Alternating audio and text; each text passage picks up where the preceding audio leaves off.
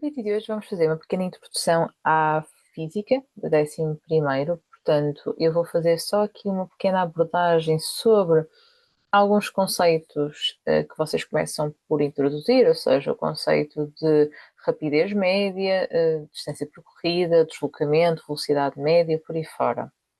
E depois vamos falar essencialmente de dois tipos de gráficos. Gráficos de posição de tempo, gráficos de velocidade de tempo, para perceber um bocadinho a diferença entre eles os dois e também perceber o que é que cada um vos dá. Então, aqui nós começamos por distinguir, e aqui é bastante importante falarmos um bocadinho sobre, e aqui não está muito abordado aqui neste pequeno resumo, mas falar-vos um bocadinho sobre a diferença entre trajetória e gráficos de posição-tempo. Porque às vezes há uma grande confusão que aquilo que vocês representam como sendo a trajetória de um corpo, está bem? E aqui eu vou só pôr aqui, só para vocês, portanto, okay, aquilo que nós estamos aqui a falar como sendo a trajetória deste corpo, ok? A trajetória do corpo não seria, deixa-me só limpar, porque isso não seria o correspondente a um gráfico de posição-tempo. Porquê? A trajetória é a linha que vai unir todos os pontos que são ocupados pelo corpo. E, por exemplo, nós aqui, eu poderia ter um aluno, por exemplo, que está a fazer uma trajetória, ou seja, vamos imaginar, está a correr numa pista retilínea, que vai aumentar a sua velocidade e diminuir a sua velocidade, que isso depois será visível aqui num gráfico posição-tempo, que é o que nós já vamos falar. No entanto, a trajetória não deixaria de ser retilínea, está bem? E não é isso que nós vamos representar num gráfico de posição-tempo, ou seja, não vamos desenhar uma reta se a sua velocidade não permaneceu constante, ou seja, ele pode acelerar, pode retardar, e isso num gráfico posição-tempo é visível devido ao formato do próprio gráfico. E a trajetória não deixou de ser retilínea, está bem? Por isso, o gráfico posição-tempo ou seja, não é a trajetória. Ok, posto isto, vamos só falar de alguns conceitos mais em termos de o que é uma grandeza escalar, o que é uma grandeza vetorial, e começamos aqui pela diferença entre espaço percorrido e deslocamento. O espaço percorrido, no fundo, significa que são todos os metros que eu percorro. Por exemplo, significa que eu, se estiver numa estrada e for para a frente e depois voltar para trás, significa que a distância que eu percorri foi o que eu andei para a frente e o que eu andei para trás. No caso do deslocamento, ele não tem isso em consideração. Portanto, o deslocamento, sendo ela uma grandeza vetorial, ele apenas tem em consideração um vetor que vai ter como referência o ponto onde ele começa e o ponto em que ele termina. Portanto, ou seja, ele não lhe interessa, no fundo, a trajetória. Está bem? Ou seja, ele por exemplo, no meu caso, no exemplo que eu dei, se eu começar e terminar exatamente no mesmo sítio, então significa que o meu deslocamento foi nulo, ok? Em termos de valores, por exemplo, eu tenho aqui uma situação em que eu fui do ponto A para o ponto B. Eu fui aqui, ok, eu fui aqui do ponto A para o ponto B e depois inverti o sentido de movimento e fui para o ponto C. Então o que é que acontece aqui? Em termos de distância percorrida, eu tenho que ver quanto é que eu andei no sentido positivo, se eu considerar que o meu sentido positivo neste caso é da esquerda para a direita, e quanto é que eu andei no sentido negativo. Então andei 10 km no sentido positivo, 2 km no sentido, 10 km no sentido positivo, 2 km no sentido negativo. A distância percorrida, então, tem em consideração todos estes quilómetros percorridos, que ao todo foram 12. Já o deslocamento tem em consideração a minha posição inicial e a minha posição final. Então significa que neste caso o deslocamento seria a diferença. E agora aqui depende, ou seja, isto aqui foi feito de uma forma assim um bocadinho mais pouco robusta, está bem? Ou seja, porque falta-lhe aqui, deveria aqui ter o que é um referencial, está bem? Para nos ajudar a fazer isso, está bem? Portanto, então nesse caso vocês pusessem aqui que isto estava no 0, está bem? Aqui estaria depois no 10 e este aqui estaria no 8, está bem? Então significa que para calcularem o deslocamento, vocês têm que fazer a posição final menos a posição inicial. A posição final seria 8 km, a posição inicial seria 0, 8 menos 0 fica 8. Agora, o que é que acontece? Como nós temos duas grandezas que são diferentes, e efetivamente são diferentes porque a distância ao espaço percorrido é uma grandeza escalar, e quando nós estamos a dizer isto, significa que vocês, para definirem a distância e a rapidez média, só vão precisar do seu valor numérico. Quando nós estamos a falar de grandezas que são vetoriais, que é o caso do deslocamento, da velocidade, da aceleração, e aqui também vamos incluir a velocidade média e a aceleração média, está bem? Porque aqui neste caso, esta fórmula que eu apresento aqui é para, não para velocidade, mas para velocidade média, também aqui foi, ou seja, aqui devia ter velocidade média e aqui seria a fórmula para a aceleração média. Então significa que nesse caso, essas são grandezas vetoriais que matematicamente, para elas serem totalmente caracterizadas, vão precisar do quê? Direção, sentido, ponto de aplicação e o seu valor, está bem? Ou seja, só ficam totalmente caracterizadas se nós tivermos em conta todos esses conceitos. E isso é muito importante, está bem? Porque muitas vezes nós dizemos, a velocidade é constante. Ok, mas se a velocidade é constante, significa que tudo é o mesmo, está bem? A sua direção, o seu sentido e o seu valor. Porque se houver uma alteração de, por exemplo, sentido, mesmo que o seu valor mantenha-se igual, já não podemos afirmar que a velocidade é constante. Portanto, tenham cuidado ao que diz o enunciado, ou seja, se falarmos em velocidade, estamos a falar enquanto grandeza, ou seja, enquanto tudo, também direção, sentido, valor, enquanto que quando estamos a falar de módulo da velocidade, estamos a pedir-vos apenas para vocês tratarem do valor e não da enquanto grandeza. Portanto, no caso em que vocês têm acesso aos dois valores, neste caso distância percorrida e deslocamento, em cada uma das situações, ou seja, através da distância percorrida vão poder calcular a rapidez média e enquanto através do deslocamento podem calcular a velocidade média, está bem? E depois vão poder também calcular a aceleração se tiverem acesso à aceleração média, se tiverem acesso aos valores da velocidade. Tenham sempre muito cuidado com as unidades de sistema internacional, é sempre para a distância ou para comprimentos é sempre o metro e para o tempo é sempre segundos. Eu coloquei aqui uma pequena referência que vocês podem utilizar de uma passagem rápida de km/h para metro por segundo, mas não se esqueçam que vocês não precisam decorar nada disto, vocês conseguem fazer de uma forma a pensarem um bocadinho também na passagem de primeiro quilómetros para metros e como passam horas para segundos e a partir daí conseguem fazer o raciocínio. Então, passando aqui para os gráficos posição-tempo. Ok, então nós temos aqui uma visão ou seja, nós vamos começar aqui a nossa posição inicial. Reparem, a posição inicial foi aqui marcada com o O, e ele, ou seja, o corpo, o O e o A são coincidentes, ou seja, ele permanece parado, depois passa para a posição B, depois passa para a posição C, depois no D e E estão coincidentes, o que significa que manteve a mesma posição, depois passa, inverte o sentido de movimento, passa do F para o G, HI significa que ficou na mesma posição e depois passou para o J. Ok. Então, como é que nós podemos descrever esta trajetória se quisermos passar depois disto para um gráfico de posição-tempo? Então, o gráfico de posição-tempo, o que ele vai analisar é quanto tempo é que nós demoramos a passar de uma posição para a outra e, ao mesmo tempo, se durante essa mudança se houve aumento da velocidade, redução da velocidade, alteração do sentido ou não. Então, vamos ver aqui. Eu, enquanto passei do O, A, B e C, estive sempre, se vocês pensarem que o sentido positivo é da esquerda para a direita, então ele esteve sempre no mesmo sentido. Reparem que aqui, num gráfico posição-tempo, o eixo vertical, tá bem? Que é o nosso eixo, neste caso, se nós pensarmos posição-tempo, então significa que aqui o que normalmente colocamos é x em metros, está bem?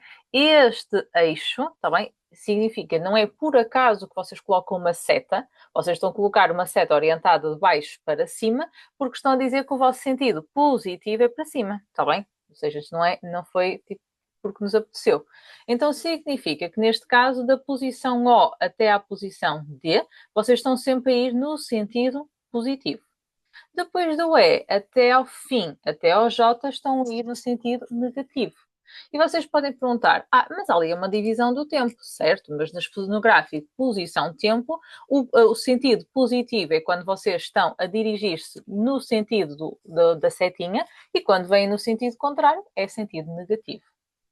Portanto, o eixo-tempo aqui não faz qualquer diferença em termos da posição. Aqui a única questão é que quando vocês ultrapassam o tempo, significa que aqui houve um afastamento em relação àquilo que nós estamos a considerar a nossa origem. Vamos imaginar, vocês saem de casa, ok? Vão em direção, por exemplo, à escola, regressam a casa e depois vão a qualquer sítio que está, ou seja, vamos imaginar assim uma coisa assim, tipo, vocês para irem, vocês estão da porta da vossa casa, viram à direita e vão em direção à vossa escola. Depois regressam a casa, ok?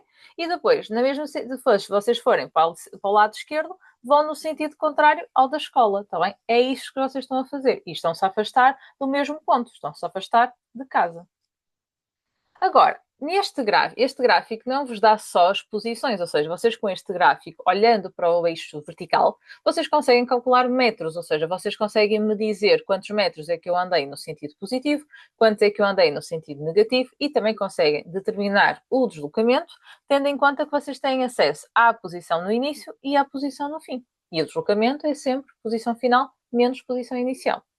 Só que, e a primeira coisa que vocês têm que perceber e têm que fixar isso, é que os declives, e aqui é sempre a parte mais difícil de vocês entenderem isto, o declive do gráfico vai-vos dar a componente escalar da velocidade, ou seja, vai-vos ajudar a perceber se a velocidade que vocês andaram num determinado percurso aumentou ou diminuiu. Então vamos começar aqui. No trajeto do OA, ele manteve a velocidade, ou seja, neste caso está parado, nem manteve a velocidade, ele neste caso está parado, ok? Depois aqui, o que é que vocês estão a ver? Que aqui o gráfico está ligeiramente curvo, ok?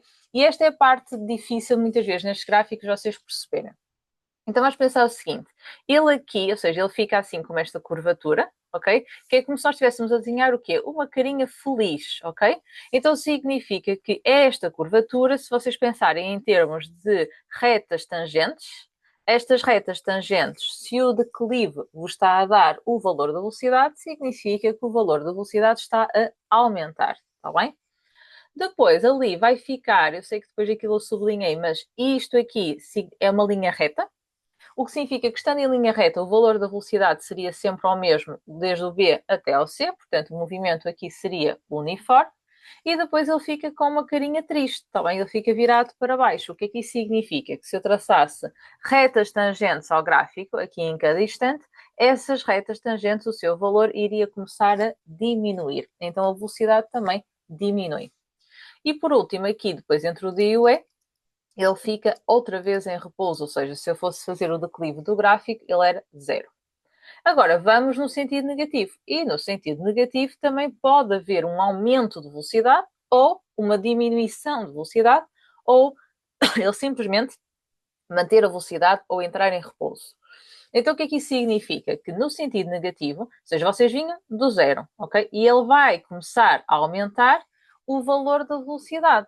Só que, claro, se vocês forem usar a calculadora para descobrir o declive da reta tangente ao gráfico nestes instantes, entre o E e o F, o declive vai dar negativo. Mas o sendo negativo, no caso da velocidade, ele está-vos a indicar que o corpo passou-se a deslocar no sentido negativo. Portanto, vocês não olham para o valor pelo fato de ter passado de menos 1 para menos 2 para menos 3, como estando a diminuir. Não.